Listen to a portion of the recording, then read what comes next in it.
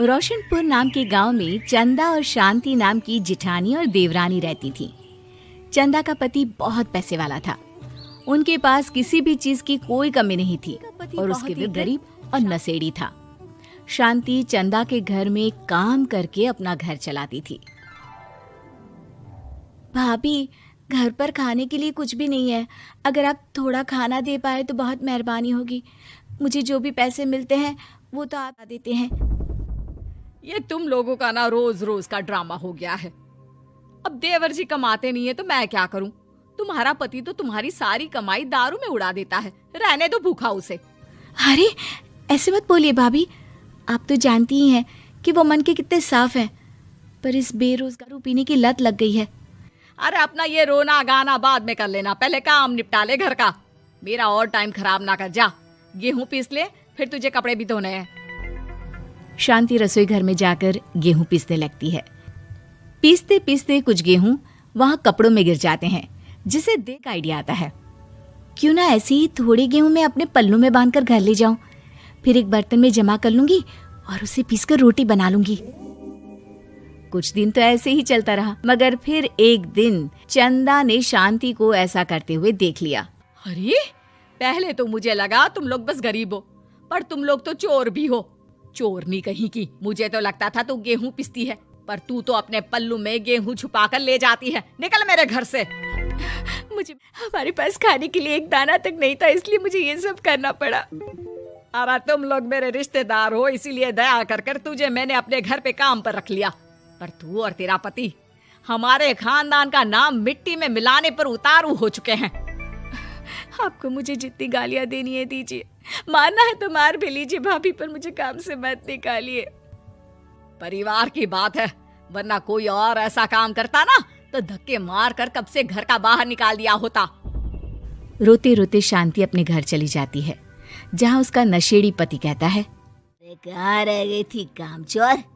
इतनी देर क्यों कर दी? आज पैसे लाई कि आज भी खाली हाथ वापस आ गई है? अपने हाथ दिखा। जरूर पैसे छुपा लिए ताकि मैं दारू ना पी पाऊं।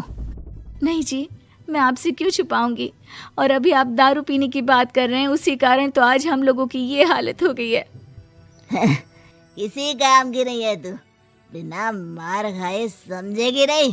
रख, अभी तेरे होश ठिकाने लगाता हूँ। रामलाल शांति का मन दुखी हो जाता है और वो गांव के तालाब के पास के एक पेड़ के नीचे बैठकर फूट फूट कर रोने लगती है। मैंने कभी किसी का बुरा नहीं किया, फिर भी भगवान मेरे साथ ऐसा क्यों कर रहा है? मैं तो रामलाल जी की फिक्र करती हूँ, फिर भी उन्होंने मुझे इतना मारा। तभी उसे एक आवाज सुनाई देती है, रोने की कोई जरूरत नहीं है बेटी, चिंता क्यों करती हो? ये आवाज कहाँ से आ रही है? अपने आसपास देखती है, उसे कोई नहीं दिखता। वो ऊपर देखती है, जहाँ उसे एक छोटी सी परी दिखती है। आप कौन है? आप तो कोई परी लगती हैं।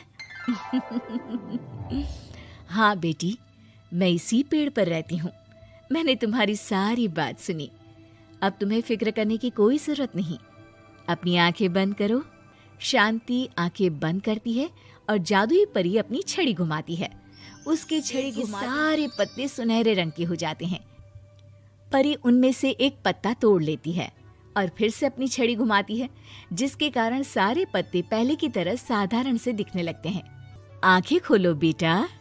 लो, इस पत्ते को ले जाकर अपने तकिए के नीचे रख देना। ये तो एक साधारण पत्ता है, इससे क्या होगा? ठीक है, अगर आप कहती हैं तो मैं इसे रख लेती हूँ। शांति उस पत्ते को लेकर अपने घर जाती है और अपने कमरे में तकिए के नीचे रखकर सपने में उसे वही पेड़ वाली जादुई परी दिखाई देती है। बोलो शांति, क्या चाहिए तुम्हें?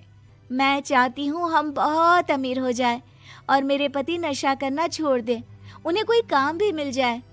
कल जब तुम सुबह नींद से जागोगी, तुम्हारी इच्छा पूरी हो गई होगी। अगली सुबह शांति नींद से जागती है। अपने आसपास का नजारा देखकर चौंक जाती है। उसके बिस्तर पर चारों तरफ सोने चांदी रखे हुए थे। हे भगवान, कहीं मैं सपना? इतना सारा सोना, वो भी मुझ गरीब के पास। रामलाल जी को बताती हूँ, वो बहुत खुश होंगे।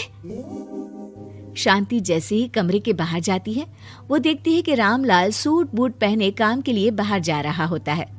मुझे शहर में एक नौकरी मिल गई है शांति, मुझे आने में देर हो जाएगी, घर का ध्यान रखना। और इस तरह शांति बहुत अच्छा जीवन बिताने लगती है। उसके पास अब किसी भी चीज की कमी नहीं रह जाती। रातों रात शांति के पास आए इतने पैसों को देखकर उसकी जिठानी उससे पूछती है, अरे क्यों रे शांति, कहीं बड़ा हाथ मारा है क्या? अचानक तुम लोगों के पास इतना पैसा कैसे आ गया? नहीं नहीं भाभी, ये सब तो जादुई परी के दिए हुए पत्ते का कमाल है। शांति जादुई पत्ते के बारे में सारी बात चंदा, जिसे सुनकर चंदा के मन में लालच आ जाता है और वो झूठ मूठ रोते हुए उसी पेड़ के नीचे जाती है जहाँ उसकी रोने की आवाज सुनकर जादुई परी कहती है, क्या हुआ बेटा, क्यों रो रही हो? मैं बहुत गरीब हूँ, मेरे पति मुझे बहुत मारते हैं, अब मैं जीना नहीं चाहती। चिंता मत करो बेटा, अपनी आंखें बंद करो। जादुई परी चंदा को भी उसी पेड़ का एक पत्ता देती है और तकिए के नीचे रखने को कहती है। चंदा उस पत्ते को लाकर अपने तकिए के नीचे रख लेती है और अगली सुबह जब उठती है तो उसके तरफ सांप बिच्छू रहते हैं। अरे बचाओ बचाओ, कोई मुझे बचाओ, ये कैसा पत्ता है जिसे लाने के बाद उस गरीब शांति के पास तो इतना सारा सोना आ गया, और मेरे चारों तरफ ये सांप बिच्छू, अरे कोई बचाओ। चंदा अपनी जान बचाती हुई शांति के पास जाती है। चलिए भाभी, मुझे लगता है आपके घर में सांप बिच्छू को बस जादुई परी ही हटा सकती है। दोनों मिलकर जादुई परी के पास जाते हैं। ये सब तुम्हारे बुरे इरादों का नतीजा है चंदा, तुम झूठ मूठ बस पैसे के लालच कर रो रही थी, इसीलिए तुम्हें जादुई पत्ते ने उसकी सजा दी। अरे मुझे माफ कर दीजिए जादुई परी, मेरे मन में लालच आ गया था। अरे शांति, तुम भी मुझे माफ कर दो, मैंने तुम्हारे साथ बहुत गलत किया है, फिर भी तुम मेरी मदद के लिए आई। चंदा को अपनी गलती का एहसास हो जाता है, इसलिए जादुई परी उसके घर से सारे सांप बिच्छू को गायब कर देती है। चंदा और शांति आपस में मिलजुल कर रहने लगती हैं।